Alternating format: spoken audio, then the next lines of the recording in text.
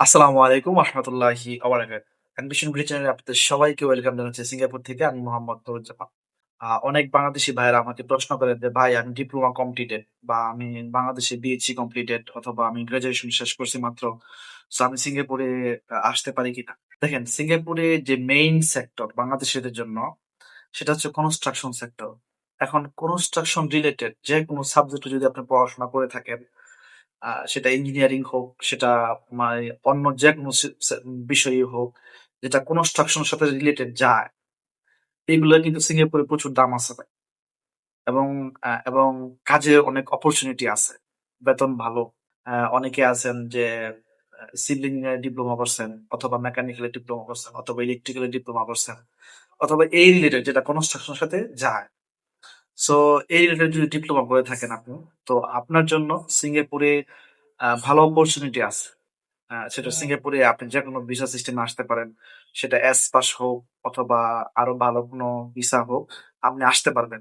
দেখেন এখন কিভাবে আসবেন বা কি পজিশন, কি কাজ। দেখেন আপনি যদি সত্যিকার অর্থেই ভালো সিভিল ইঞ্জিনিয়ার হয়ে থাকেন বা ভালো লেখাপড়া করে থাকেন, আপনার যদি ভালো মেধা থাকে, আপনার কমিউনিকেশন স্কিল যদি ভালো থাকে, হ্যাঁ? তাহলে আপনি সরাসরি ইঞ্জিনিয়ার হিসেবে আসতে পারবেন একটা কোম্পানি। যদি আপনি মনে করেন না আপনি ওয়ার্ক পারমিট নিয়ে আসবেন না, আপনি বাংলাদেশ থেকে ডিপ্লোমা শেষ করছেন, আপনি সিঙ্গাপুর আইসা পড়ালেখাটা কন্টিনিউ করবেন, এরপরে জব করবেন, হ্যাঁ? এটা আরো ভালো। আমি এটাকে ভালো উদ্যোগ মনে করি এবং এটাকে আমি উৎসাহ দেই। আপনারা যারা ডিপ্লোমা শেষ করছেন বাংলাদেশ থেকে, তারা চাইলেই কিন্তু সিঙ্গাপুরে এসে আরো কোর্স করতে পারেন। উচ্চতর কোর্স গুলা করতে পারবেন। এটা কিন্তু একটা ভালো সুযোগ সুবিধা। সো সিঙ্গাপুরের স্টুডেন্ট ভিসা নিয়ে আমার এই চ্যানেলে অলরেডি ৩ টা ভিডিও দেওয়া আছে। ওই ভিডিও গুলো দেখেন। আর স্পেশালি যে আজকে যে উদ্দেশ্যটা আমি কথা বলতেছি, এটা হচ্ছে যে আপনি সরাসরি বাংলাদেশ থেকে ডিপ্লোমা কমপ্লিট করে আ জব অফার নিয়ে সিঙ্গাপুর আসবেন। সেক্ষেত্রে দেখেন, আমি বলব যারা কোন রকম ডিপ্লোমা করছেন, অতটা ভালো স্টুডেন্ট না।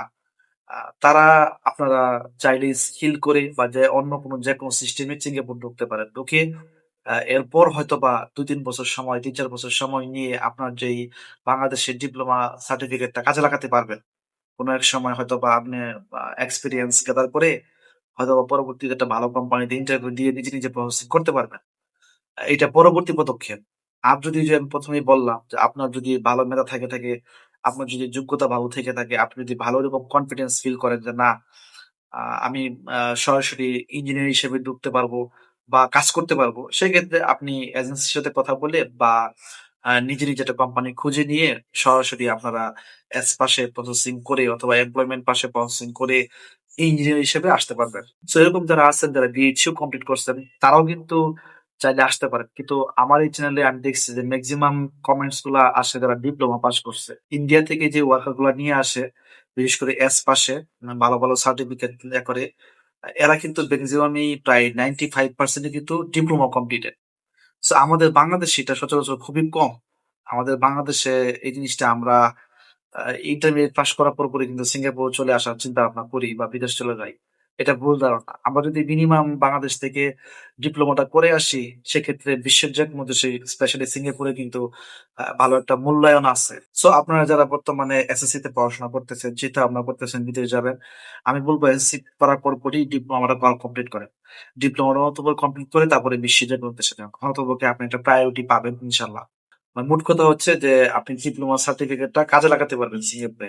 যদি আপনার ভালো কোনো সাবজেক্টে ডিপ্লোমা করা হয়ে থাকে এবং আপনি যদি ওরকম মেধাবী হয়ে থাকেন। সো আরেকটা বিষয়ের কথা শেয়ার করতে চাই, সেটা হচ্ছে যে বাংলাদেশে এরকম অনেকে আছেন যারা অলরেডি ইঞ্জিনিয়ারিং হিসেবে বিভিন্ন কোম্পানিতে কাজ করতেছেন বা কর্মসংস্থান পরিকল্পনাতে কাজ করতে পারতেছেন। তারা অনেকেই আমাকে প্রশ্ন করেন যে, "ভাই আমরা আসতে চাই কেমন হবে?"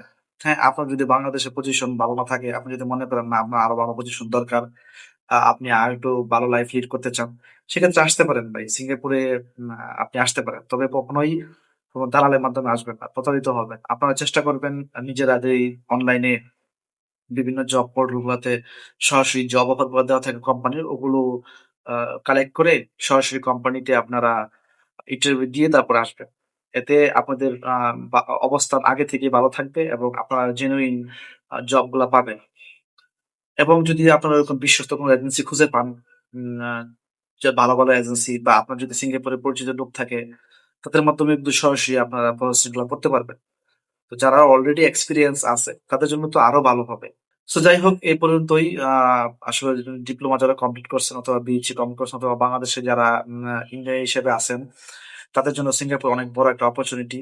এবং আমি মনে করি যারা এরকম আছেন, আপনারা সঠিক রাস্তায় ধৈর্য নিয়ে, সময় নিয়ে চেষ্টা করুন ইনশাআল্লাহ।